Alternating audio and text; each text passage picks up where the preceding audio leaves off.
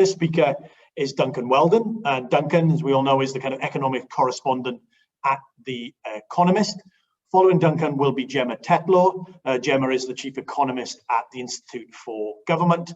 And our third speaker is my colleague Paul Swinney, who's the Director of Policy and Research at the Centre for Cities. As I said, each of them will speak for a few minutes, setting out some of their thoughts on these issues, these tensions, these dilemmas. And then we'll get into a bit of a conversation between the speakers and then between the speakers and yourselves. So without further ado, Duncan, if you can unmute and start us off. Over to you. Perfect. Thank you so much, Andrew, and to the Centre for Cities for hosting. And thank you to the Prime Minister for making this event quite so unexpectedly topical this morning. I'll only speak for a few moments to sort of general sense of what it's been like over the past 18 months or so trying to report on this idea of levelling up. And just to let you know, it's almost like a little switch was flicked at the Treasury. So suddenly after the general election in 2019, you couldn't speak to the Treasury about any topic under the sun without them getting the words levelling up into their answer, into what they were telling you. This was suddenly what the government was all about after the election. Then the pandemic came along. But now we are very much back into levelling up chat. And despite 18 months or so of talk of levelling up, I think it's fair to say we don't know what levelling up really is. We don't know what is being levelled up. We don't know where is being levelled up. We don't know who is being levelled up. We don't know what the agenda is. We don't know what the aims are. And we don't really know what the policy tools are. You know, just in the last few weeks, we've heard bits of infrastructure spending being described as part of levelling up. We're hearing, it seems in the briefing for this speech today, that we're back onto that sort of high streets agenda and new hanging baskets and smarter high streets, and that's all part of levelling up. And I think it's worth sort of saying three things as an introduction. Firstly, there are two very distinct agendas that could be described as levelling up. One is a more economics-like agenda, looking at differences in gross value add by regions, looking at productivity levels, looking at skills levels, looking at employment levels, and really trying to narrow some of the wide regional disparities and intra-regional disparities we know we have in the UK. You could call that a levelling up agenda. And of course, that's not new. Governments have tried this for at least the last 80 years in Britain, you know, whether that's rebalancing under Osborne or the regional development agencies under Blair and Brown, or I mean, all the way back to special areas programs in the 1930s. That's not new, but that could be the agenda. The second way the agenda could be is really more of a placemaking agenda about, you know, just trying to make places more pleasant to live, not thinking what does this do for GVA or productivity or employment levels, but that's one that comes across quite strongly in a lot of the government rhetoric about this. When Rachel Wolf, who is one of the authors of the 2019 Conservative Manifesto, talks about levelling up, it's very much on that sort of high street agenda. But it's a distinct agenda, and it also involves spending money in different places. Because I think it's fair to say, not just because I'm at a Centre for Cities event, that if you were serious about this as an economic programme, you would be looking at, you know, what can we do for Leeds, for Manchester, for Newcastle, and how can we better connect them to the areas around them? Whereas that placemaking agenda is much more about spending money in Blythe, in sort of more outlying towns, much, it's worth noting, happened to vote Conservative at the last election in many cases. I'd say two more things. I'd say it's worth, I am now taking this forthcoming white paper more seriously than I was a few weeks ago. And the reason for that is because Neil O'Brien has been appointed to oversee it. He's definitely one of the most thoughtful members of this government. He's someone that's been involved in regional and treasury economic policy over the past decade. And he's also, I think anything that Neil is attached to is more likely to be a real agenda. And I would not be surprised if what we ended up with was almost two levelling ups. One sort of medium-term economic programme and one shorter-term, more electoral programme. And because we're talking about the dilemmas in the politics here, you know, we should be aware there is a dilemma. There's an obvious dilemma. That, you know, levelling up it's another one of the problems of it, isn't it? That levelling up often seems to be focused just on the north of England and the Midlands. It's not focused on, say, bits of Wales, bits of Scotland, bits of the southwest, which are still, by any measure, subject to these disparities. It's not subject usually on the bits of the southeast or London where there are serious problems, which makes it feel quite political. It feels at times as if, you speak to the more cynical government strategists and they'll say, we won a general election in 2019 by taking 46 odd seats from Labour in the North, the Midlands and parts of Wales. We had Jeremy Corbyn and we had Brexit as electoral cards. We're not going to have either of those cards next time. To retain those seats, we need to show them that things are changing. And, perfectly fair, that's what governments do, no matter how cynical it is. But I think the problem the government will increasingly face, and I think they're already seeing, is, there are 360 odd Conservative MPs, and a government programme which seems focused on the needs of 50 of them risks seriously annoying the other 300 in the long run. And I think that's going to be the thing. And so, final point from me, it is fascinating speaking to the newly elected Conservatives for the areas we now have to call the Red Wall, in that they're unlike any other group of MPs I've ever spoken to. They come across more like US Congress people than MPs. They have a very clear agenda. They talk in terms of bringing money to their constituency in the way, a congressman would speak about money to his district. They're very open. I want a hospital. I want this train line. And at the moment, the government is trying to give them what they want. But I think the political tension within the government, is going to be in a year's time. If levelling up has meant spending a lot of money on these 50 constituencies, but not on the other 300 the government hold, I think that's going to be a political tension. Brilliant. Thank you very much indeed, Duncan. Great. Setting out already some of the issues to explore when we get to that discussion. I'm particularly interested in the politics and the economics issue in relation to deliberately not defining levelling up would seem to be a sensible political strategy, even if not a sensible economic strategy. But I'd be interested in your thoughts around that as well. But Gemma, over to you. Give us your kind of thoughts on where we are in relation to levelling up politics and economics. Thank you. I mean, I'd certainly agree with everything I think that Duncan said, and I would agree that I think we don't really know at this point what levelling up means, and I think that it does have political advantages because for the moment it can mean everything to all people, and certainly the pre-briefing of the Prime Minister's speech today suggests that he's going to try and reassure people in the South that just because we are levelling up, that doesn't mean not doing things for the South. But I think there is a real cost to that vagueness, because if this is going to be a real priority of the government, it seems that it is, and if departments ahead of this spending review are going to be asked to show how their programmes are contributing to levelling up, then without a clearer idea of what it is we're actually trying to achieve and a clearer sense of what are the mechanisms that through which we think government can influence these outcomes that we're trying to achieve, you could well end up with every department and every minister trying to sell their pet project as being part of levelling up, and you end up with a whole disparate mix of policy initiatives which end up adding up to less than some of their parts.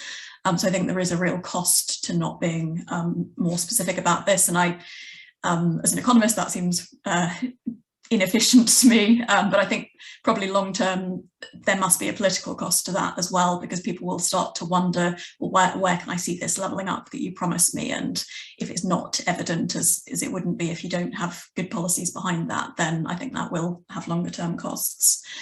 A few areas to sort of add to those that Duncan raised where I think there are tensions in some of what's been said so far around levelling up. I mean, I'd agree with what Duncan touched on about the tension between, are we talking about people or places here? And I think that the problem here is that it certainly is the case that there are places in the UK that are much more productive and have higher economic output than other places. But that doesn't translate one-to-one in into the people in those high-performing places all doing well and the people in those less well-performing places all doing badly. Actually, child poverty is very high in London. We have higher levels of unemployment in London, and after housing costs, average incomes in London are actually slightly lower than across the rest of the country.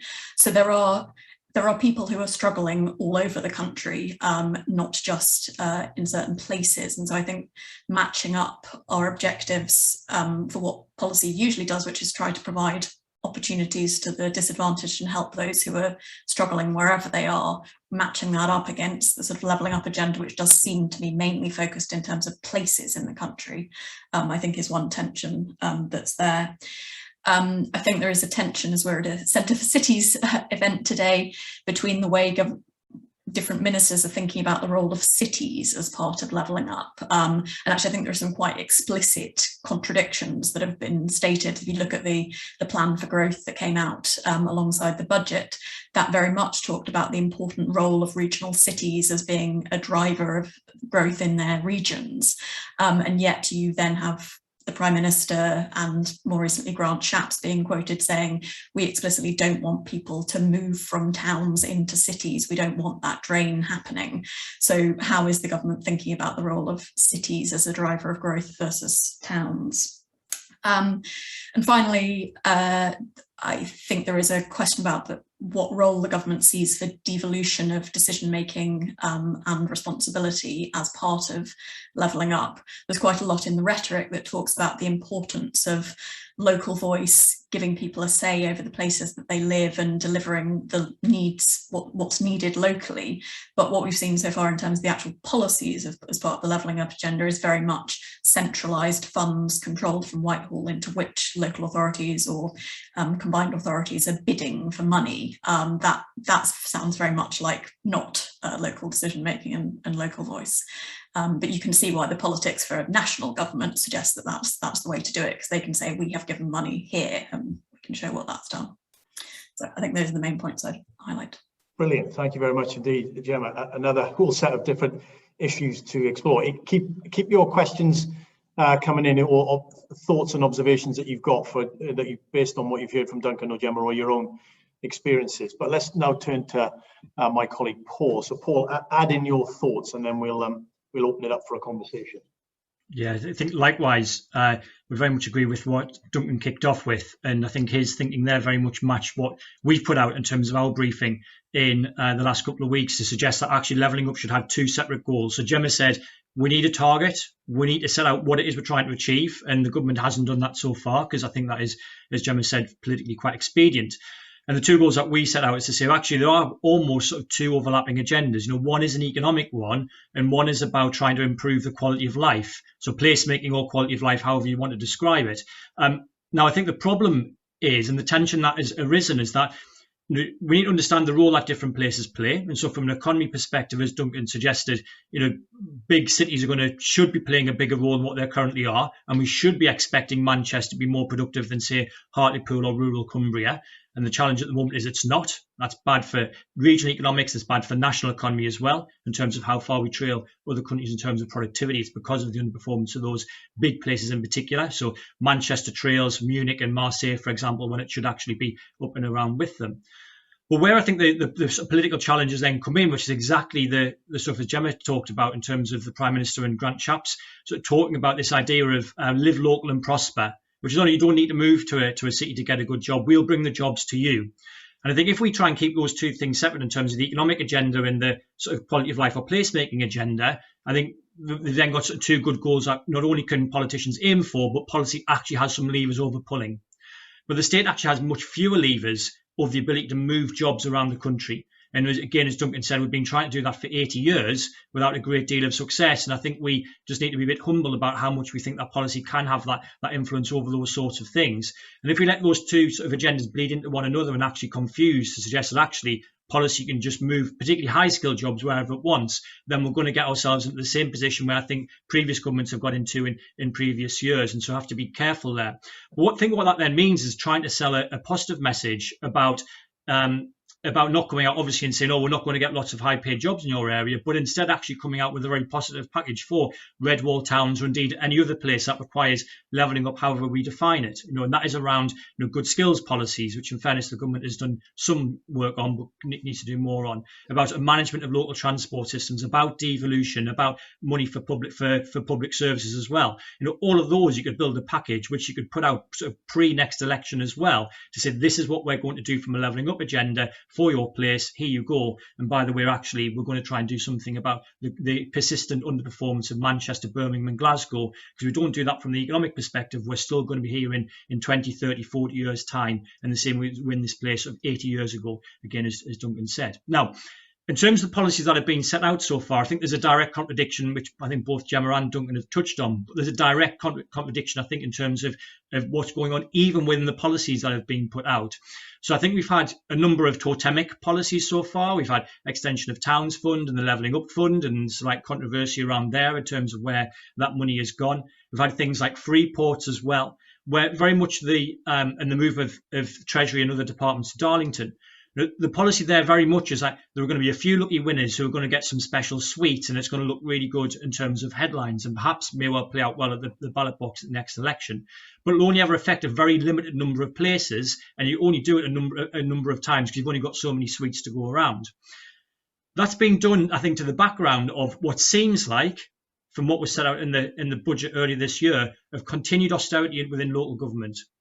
Now, we all know we obviously had a decade of austerity, and what we probably don't know so well is that actually local government was sort of the worst end of that. So of all the government departments, local government sort of burdened its highest share of that austerity agenda, given how much its day-to-day spending was cut. And that looks like it's likely to continue as well in terms of what the Chancellor set out. And what we also know is it's not just local government that was hit very hard, so it was the bottom of the pile, but even sort of within local government, it was urban areas in the north of England that saw their largest cuts, and in places like Barnsley and Liverpool coming out sort of very much the bottom of the pile of the austerity that we've experienced over that last decade. Now, the challenge there is if on the one side we've got a few sweets for the lucky few, but at the same time, actually, we're continuing to cut day-to-day spending on public services. That affects everybody across the North, Midlands, South West, and indeed South East as well, irrespective of sort of the geography we're talking about. All areas being affected and people having that impact on their day-to-day lives. That doesn't really seem to top up with this idea of, we're going to try and sort of level up your life. We're going to try and make your life better. But actually, we're moving some jobs to Darlington at the same time as we're making sure we're cutting even sort of more of your day-to-day service in terms of libraries, economic development spending, planning, and those sorts of things. And I think that's where we need to see a change. And clearly, doesn't appear that the Chancellor is willing to spend money indefinitely. But if we are serious about the levelling up agenda, it's there. It's those types of things, those day-to-day things around public services spending and around skills spending as well, in particular, where you're going to see a difference irrespective of geography. And I think that's a real tension that needs to be addressed not only in the spending review but in coming budgets as well. So that if we are talking about levelling up, we are talking about trying to have these different packages, but actually have different packages that will affect everybody rather than just totemic things that may affect some people but probably won't even have the impact that the government desires in the places where they're putting those totemic policies in place. Thank you very much indeed, Paul. So again, lots of different sort of issues on the table. Different ways into it, but let me start with a sort of question, Duncan, and you can start it off, and then Gemma, because you're both watchers of government. Is there a sort of political stroke economic tension between, let's say, the Prime Minister and the Cabinet Office, which are typically kind of optimistic about what can be done and are quite happy to spend money, in some sort of vague way, with, say, the Treasury, which is typically more cautious of these kind of interventions, and as we know, is more cautious about the validity of and the efficiency of spending money. So, I mean, do you see, is levelling up a sort of a way that these tensions within government, can we see them already? Duncan, what's your thoughts on that? And then I'll come to Gemma on that. Yeah, I mean, I think that tension is always there. That tension has really come back to the fore now after the pandemic, when we had this brief period when the Treasury was very happy to spend. I mean, one thing about Boris Johnson is, he loves a grand infrastructure project. He loves a project. We still occasionally do feasibility studies on building a bridge to Northern Ireland. He's very keen on projects. I think one way it was starting to manifest in that sort of brief period from December 2019 until March 2020, when we had the first 2.5-3 months of talk of levelling up before the pandemic came along, was that appeared to be, the government was very keen to talk up levelling up, the Treasury was very keen to talk up levelling up, but they wanted to talk about it almost entirely as a problem which you would solve using the government's capital budget. And that was because, the way the fiscal numbers worked at that point, they'd relaxed away from their previous set of rules in terms of the capital budget. They could spend an extra 1.5%, I think, of GDP on capital, get capital spending up to 3% of GDP, whilst keeping current spending looking quite tight. And so, if you've set up fiscal rules that let you spend a lot more on capital, but don't let you spend up much more on current spending, then you're looking for anything you can brand as levelling up, which you can do through the bit you've got room on. So suddenly it was all, we're going to reopen these train lines closed during the beaching cuts. We're going to upgrade trams here, train stations here. We'll have a pothole fund, whatever. I think that's starting to come back again now, that the Treasury is keen to talk up the infrastructure side, all of that. But I'm very curious for Gemma's point of view. It's going to be a tight spending review, it looks like. But I think just fundamentally, the capital budget is, even if you increase it, going to be 3% of GDP. Yeah. It's only a 12th the size of current spending budget. And I think, if you're really serious about this project, you can't do it using just 1 in 20 pounds that the government spends. Yeah, no, that's a very good point. Gemma, you think about and write about and talk a lot about, the machinery of government, and we all hold, the HMT in a certain way about, what it's the custodian of the, of the public pound, as it were. But I mean, do you see these sort of tensions in government? And, you watch, I mean, how does this play out? Well, what should we be looking for in relation to the levelling up agenda? So I think you're right that there is a tension here between the Treasury and the Prime Minister and Cabinet Office. And I wonder to an extent whether you see that a bit in the plan for growth that came out alongside the budget, which seems more of a presentation of perhaps the way the Treasury sees levelling up, and a bit less of the Prime Minister's vision on this, including a bit less about the way that places feel. But I think over the sort of year of COVID, I think there was a chance that balance might have been shifting, that the Treasury was losing the power of the argument that there's a budget constraint, we have to live within our means, and perhaps moving away from where Duncan rightly says they were, that the kind of the free money was capital, so that was all you could really use to deliver on this agenda. The interesting thing for me was with the aid debate this week, actually, my takeaway from that is that the Treasury may have re-won this argument. So the compromise that was, so-called compromise that was struck there, was that aid spending will go back up when we're at a point where the current budget is balanced and debt is falling again, which is exactly the same fiscal rules that the Treasury was imposing before COVID happened.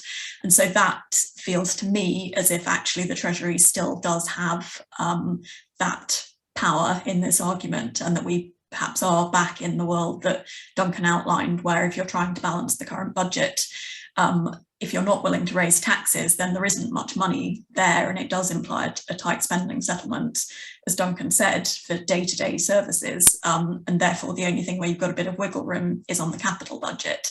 But that does limit the scope of the types of policies that you can announce as part of, you can sort of focus on as part of levelling up. So I think we may be back in a world of slightly more Treasury power than perhaps I thought we might have been. That's a very good point. And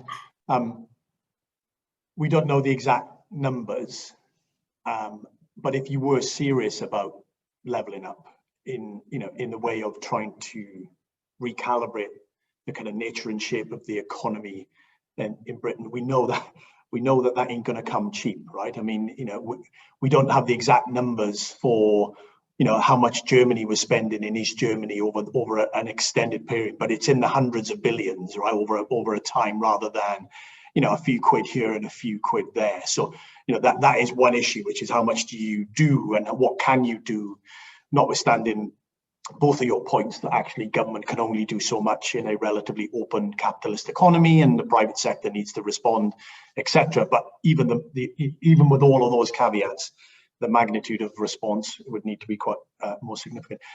I want to pick up again on a point that all three of you made, and get just to explore a little bit further.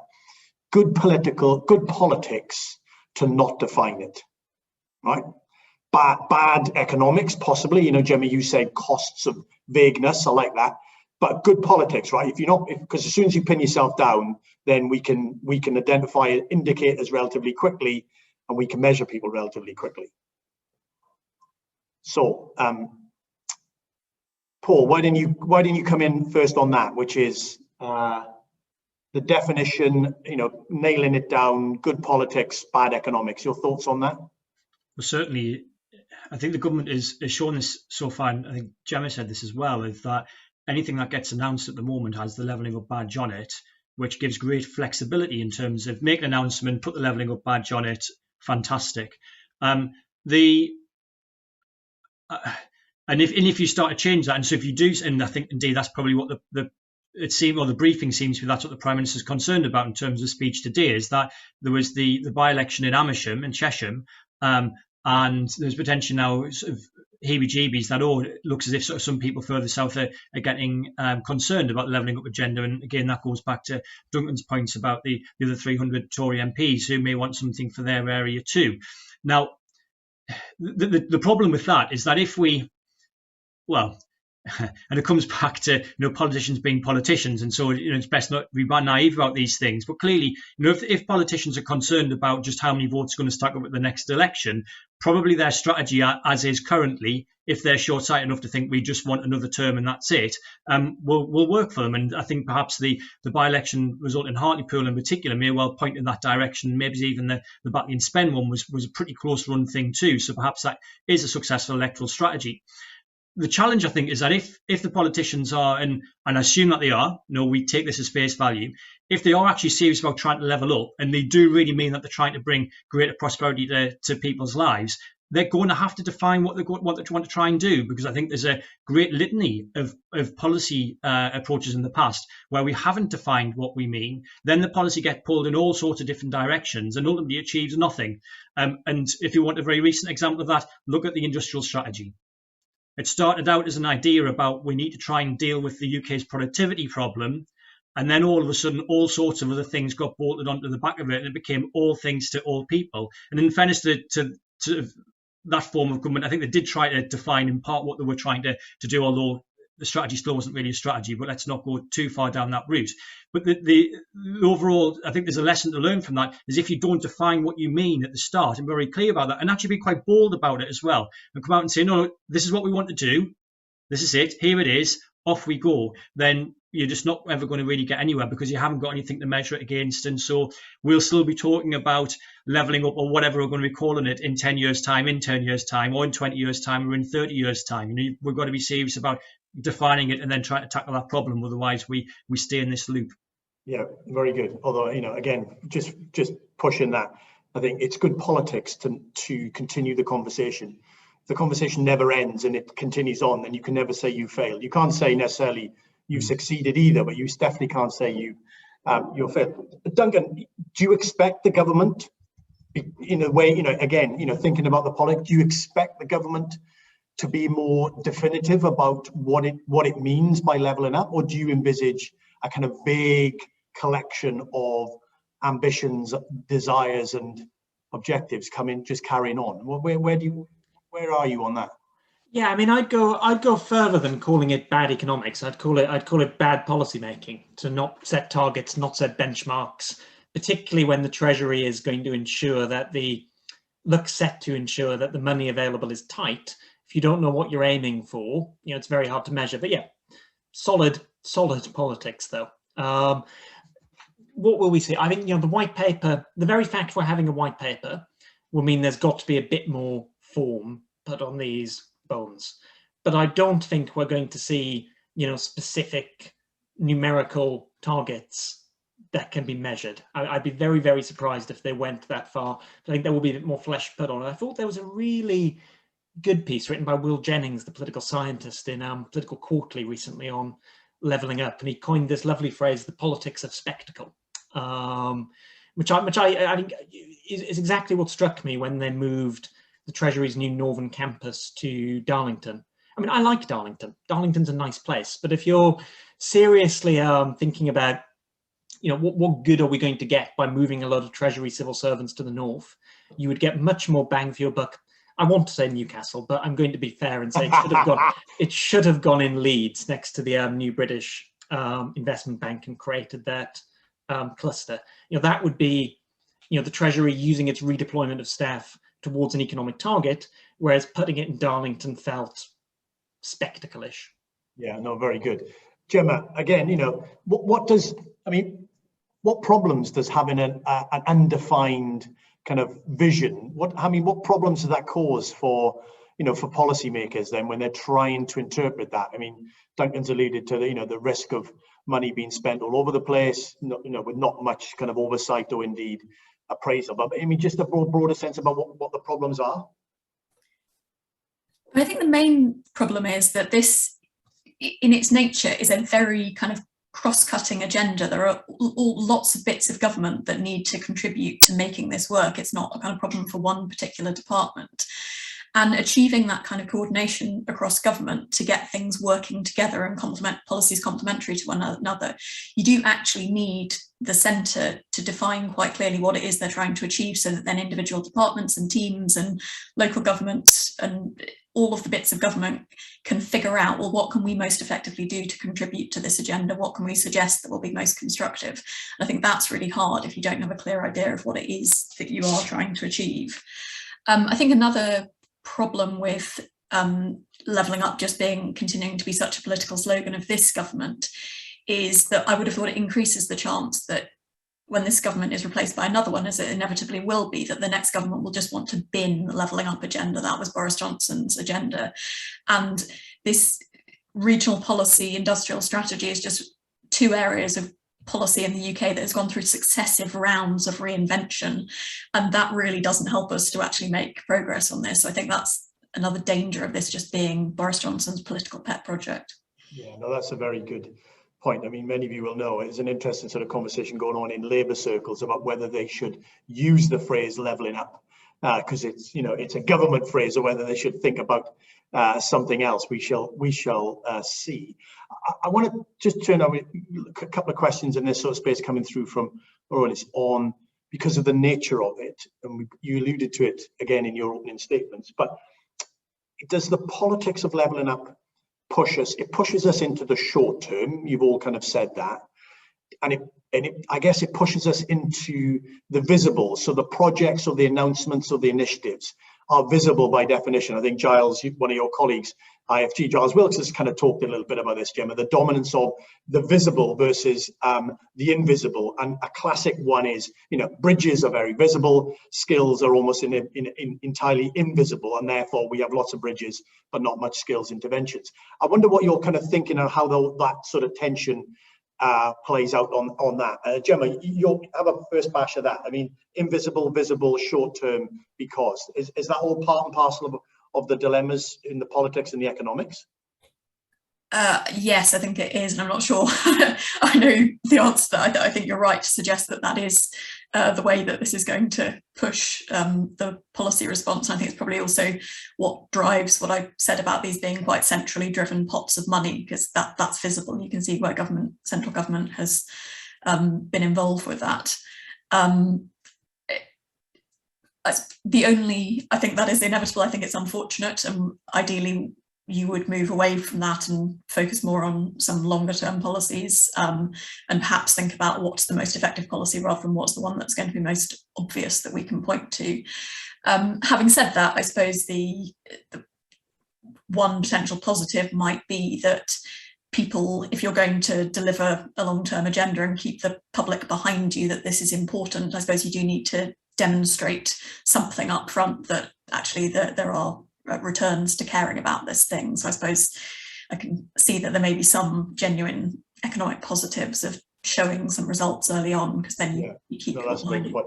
Yeah, Paul, you're kind of, the square in the circle on the invisible and the visible. We talk a lot about, about skills as the kind of one of the underpinning issues, which, both addresses the people, but also the place element as well. Yet we know, constant underinvestment and lack of prioritization on skills, particularly the 50% that don't go to university. Part of that is because they're, it's an invisible issue, right? Yeah, well, I think the skills agenda is actually quite an interesting one, because it seems as if this current government is making more positive noises about trying to do something around skills than previous governments have, and that's a very welcome surprise. And that because it is invisible, as you say, it just doesn't seem like it's necessarily one that is going to win votes at the next election, unless we go through a massive capital programme of building extra FE colleges in towns that haven't got them currently. And hopefully there'll be a revenue sort of stream to back that up as well, which is another sort of big question, and maybe is why it doesn't happen in the first place. But there have been a number of things done. That said, work by the IFS suggests that the announcements that have been put in place in recent months only recruit 1/3 of the spending cuts that I think further education has seen over the last decade and a half. Because education clearly has had cuts to it, but further education has very much been the poor relative of the education world and seen the biggest cuts, which again is very frustrating, given that further education is probably the area where you need to put the most amount of money in, or extra money in the short and medium term, if we're going to deal with the skills challenges that particularly lagging places in the North and Midlands are facing, and indeed in the Southwest as well. Now, I think there's a bit of a visible v invisible challenge going on even within one strand of the levelling up agenda, in that the levelling up white paper now was actually meant to be the English devolution white paper, which was put in the 2019 manifesto. And certainly in the first couple of months of this government being elected, there was a lot of work that was going on within the civil service trying to come up with what this white paper was going to look like. What seems to have happened, I think, is a visible v invisible trade-off there, and that there's been very visible fallout between the government and existing mayors that I don't think the government took too kindly to, and that's become much louder against perhaps some of the many invisibles that we think you would get from having more devolved economic policy, or certainly powers passed down, appropriate powers passed down that can be better used at the level that the economy operates over. And so that would be things around even about better leadership by having a mayor in place, directly elected. Hopefully that's going to attract in a better quality of candidate, but also that mayor has greater remits to sort of match policies to the area that they're trying to govern over, rather than the patchwork of local government we currently have. But that's quite hard to sort of measure. And so what we've then seemed to have got is that the English devolution white paper was quietly being parked. We're being told that there will be some devolution elements to the new levelling up white paper, but how big will they be? And so even there's that trade-off just there. And I think that is a bit of a shame for the levelling up agenda more generally, because devolution plus skills are probably the two biggest things that we would like to see happen, even if we didn't do anything else. And skills is the number one. Do skills, do more of what you've done so far, do some devolution. If you want to leave it there, then, if that's where it has to be left, then fair enough. We obviously want to go further, but do those two things first. Great. Okay, very good. We'll come on. Well, I will come back to devolution. We had several questions about the tensions associated with delivery and who gets the credit, which I want to pick up on. But Duncan, just to come back on this sort of invisible question, or the skills element, we had a good question from Lucy, who says, isn't the problem with the invisible skills that people will move away and that doesn't help the place? How do we incentivize people to stay in places to help them transform them? So, but underneath of that, this is the Prime Minister saying, live local and prosper. I nearly said live long and prosper. That's more of a Spockian Star Trek kind of reference. However, live local and prosper. Skills is not enough, etc. I mean, there's a tension there, right? I mean, and that's a kind of model about how you think the economy works, and people's incentives and all of that kind of stuff. So just unpack that a little bit and give us some thoughts on that. Yeah, no, I agree entirely on this visible versus invisible, and it's timetables as well. I think even within infrastructure, they're happy to give the go-ahead to projects that can be done quickly, but you look at something like Northern Powerhouse Rail, and it keeps being continually kicked into the long grass because you know, it's a 2-decade project that will cost a lot of money, which you won't see the benefits of quickly enough for them. But yeah, I mean, I find this sort of live local and prosper agenda quite strange and quite hard to unpack. You know, I look at the numbers for a town like Hartlepool, and it's really, really hard to look at the numbers for Hartlepool and conclude that the problem is too many people are going to university and leaving. That is not the economic problem in lots of these towns that now get described as left behind towns. And I think the government is doing some important and very strong looking work on skills, but not only is it invisible, but even, you know, the visible aspects of it will not show up for quite a long time. I mean, I sometimes fear that, like many things the government talks about, sort of this culture war-y frame they like to talk about sort of bleeds into other policy areas. And I think when you start seeing, you know, when you start seeing the live local and prosper agenda sold as the problem is that too many young people are leaving these towns, you know, I think what's happened there is sort of a bit of sort of generational culture war-y sort of mood music has bled across into economic policy. Yeah, no, I think you're absolutely right. And you referenced kind of Will Jennings' piece, which is a brilliant piece. People should definitely read it. We also did a podcast with Will, just exploring that in more detail. So I'll plug that. You can listen to Will sort of expand on some of his thoughts. One of the ways he thinks about the kind of politics realignment through the Johnson administration is kind of rightish on cultural issues and leftish on economic issues, at least at the surface. You know, there you can see some of that sort of realignment, which I think is really kind of interesting. We've had several questions. Paul's alluded to it, so did Gemma.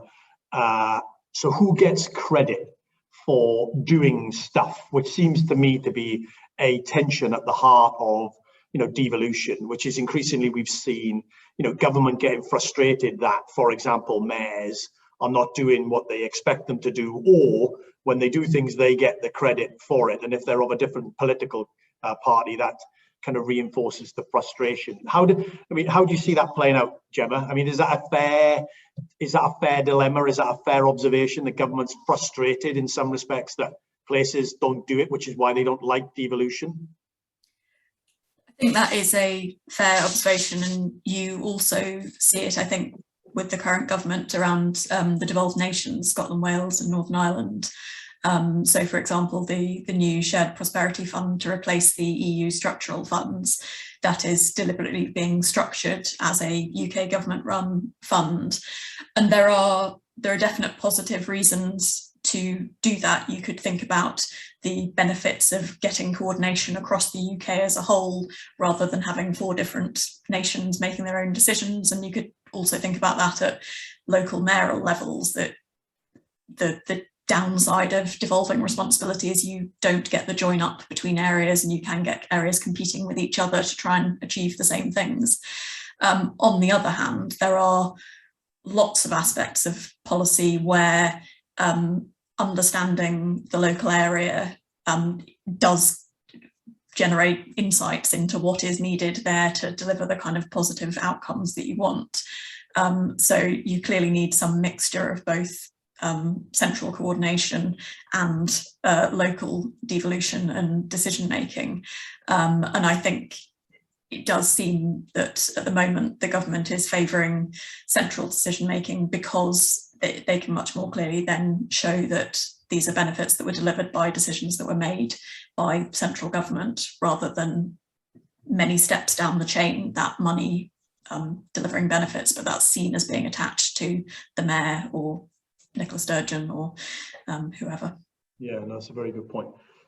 Duncan, you're kind of, you know, the politics and the dilemmas and the tensions, and, you know, who gets credit, who delivers what, and whose agenda wins out. And when we see this playing, you know, we see this playing out now more and more, right?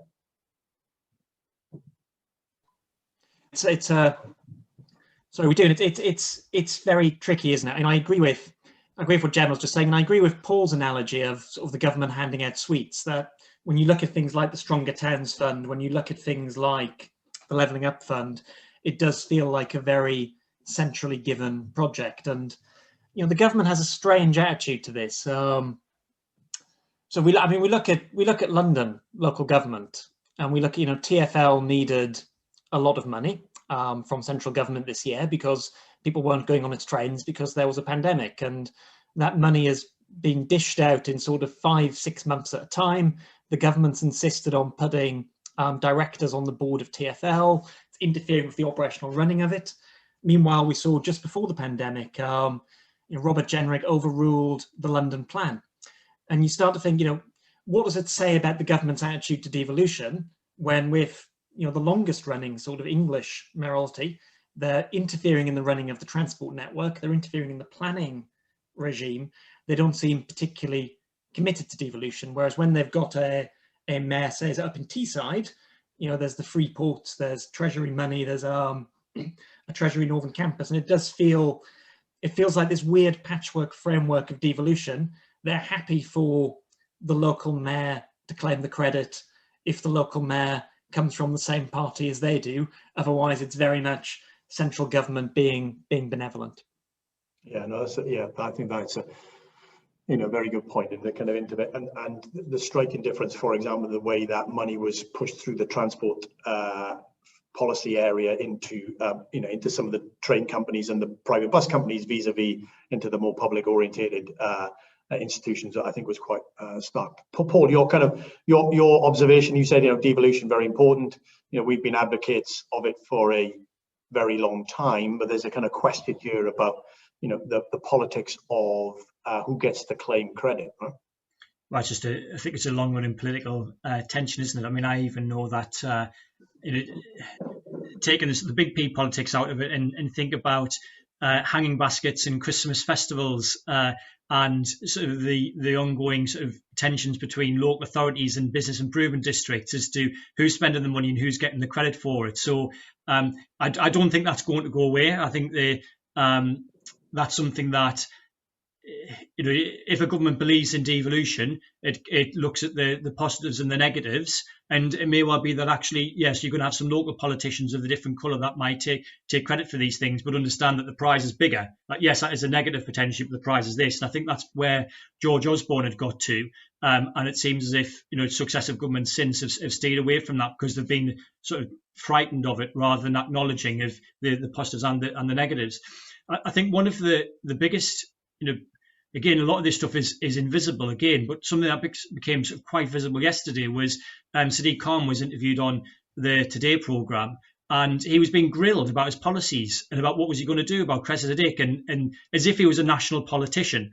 And I sort of listened to that and thought, just imagine a local authority leader being invited onto a national platform to be grilled like that. It just wouldn't happen, and I think that shows the potential power of the mayoralty is that in that accountability, that actually on a national radio programme, they're going to be held accountable. And that's exactly what the government should be gunning for. And indeed, of course, if there are mayors that are willing to take credit, there's also a challenge that actually they're going to be there to be shot at too. Now, the government clearly shouldn't be undermining them, but it should be holding mayors' feet to the fire.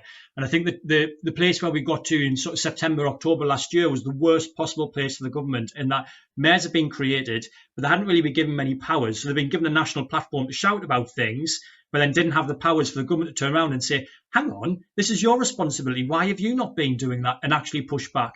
And I think that's where, instead of therefore then retreating back from this weird position, well, not weird, uncomfortable position for the government of where we are currently, instead of retreating back and pulling things more back to the centre, even what we should be doing is actually pushing them those powers out. So actually the government then can turn around to an Andy Burnham or a Steve Rotherham or an Andy Street, even though of course clearly you'd be most likely push back on Andy Street because of the politics of the situation, to say, hang on, you've got these powers, as your responsibility, why aren't you doing this? And that should be where this conversation should be at.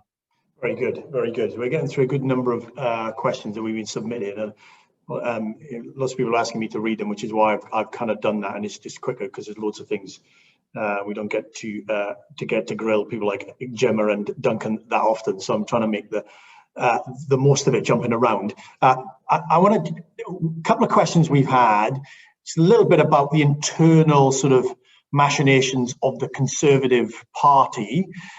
In a sense that Johnson has been able to build this sort of slightly strange coalition of Southerners on the one hand, more traditional, but also, as you were saying, kind of red wall politicians in areas which are, traditionally different from and actually have different expectations from the government than maybe more, some of their more traditional MPs have had.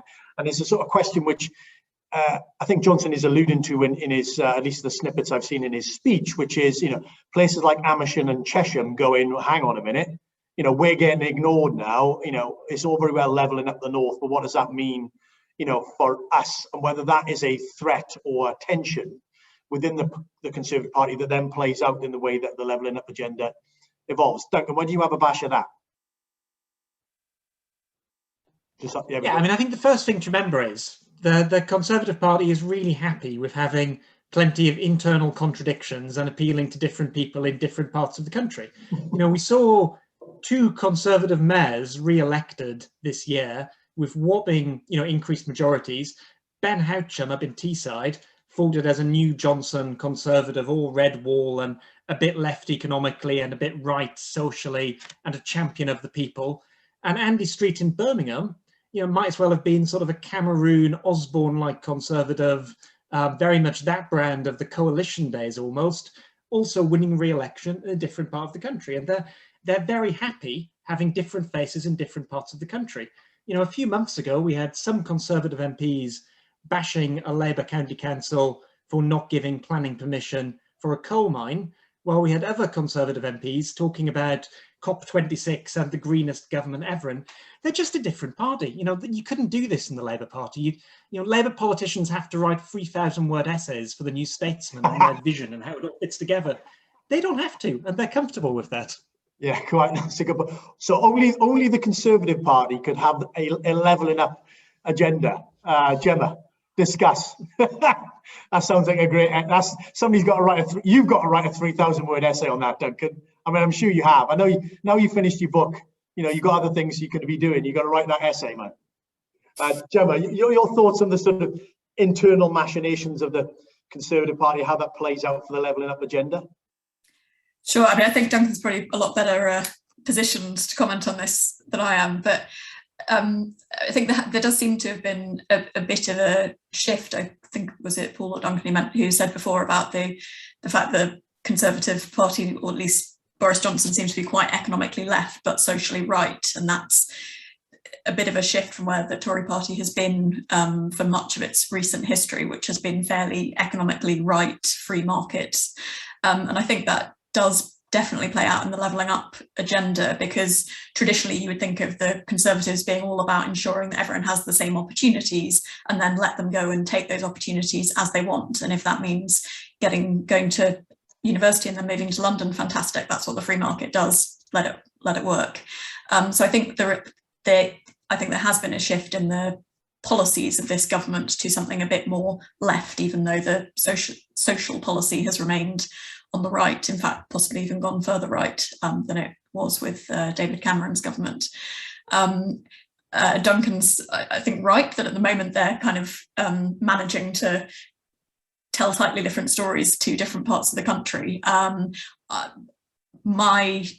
suppose my question would be, the longer you stay in office, can you keep playing that game, or do people start to say, well, you now have a record and it's starting to stack up, not quite as what I thought the story you were telling me was?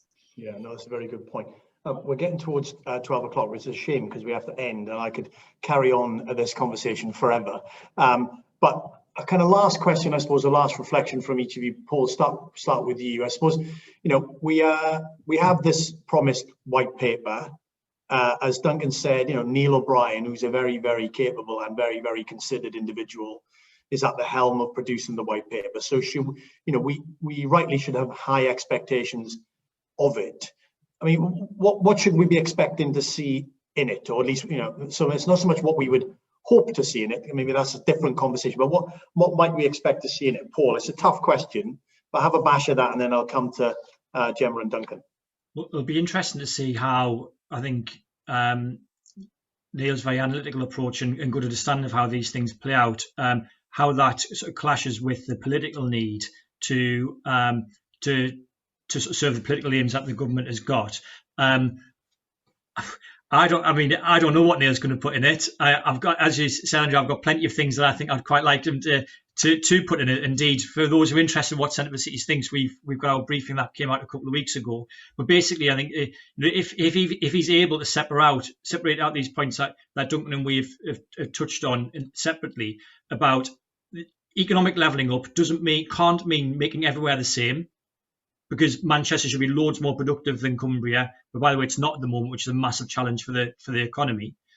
And then this idea of place or place making or quality of life, and separating that and putting that out in a positive way, a positive package for these are the things we could do. I think that would be really good. But the question is whether the politics gets involved and we end up having things around, money off the manufacturers in the north of England, which again feels like it's a totemic thing rather than actually understanding what is the cause of the problem and then how is our solution going to deal with that. Okay, very good. Gemma, not so much what we would hope, but what would you expect? I mean, what should we expect of Neil? Yes, It's a tough one. I appreciate it. It's the kind of question I hate answering myself, but so as the chair, I'm not going to answer it. So it's easy for me to pose those questions and then just sit back and let you get on with it. So Neil O'Brien is a very serious person who has thought about these issues a lot. So I would expect that we will see a white paper that does have some substance to it and puts more meat on the bones of this agenda.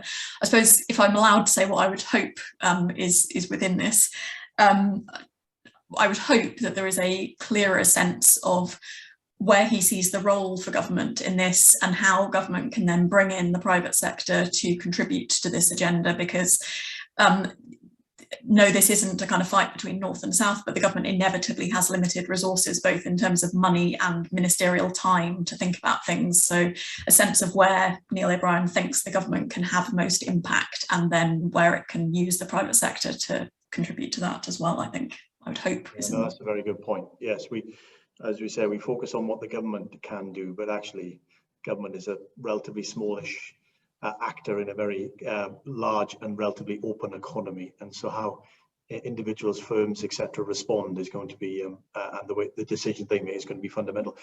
Duncan, your kind of final reflections on expectations, or what should we keep an eye on? I mean, what will you be keeping an eye on as we trundle towards the white paper? Yeah, it's much harder talking about what will happen than what has already happened. My Betfair account will testify.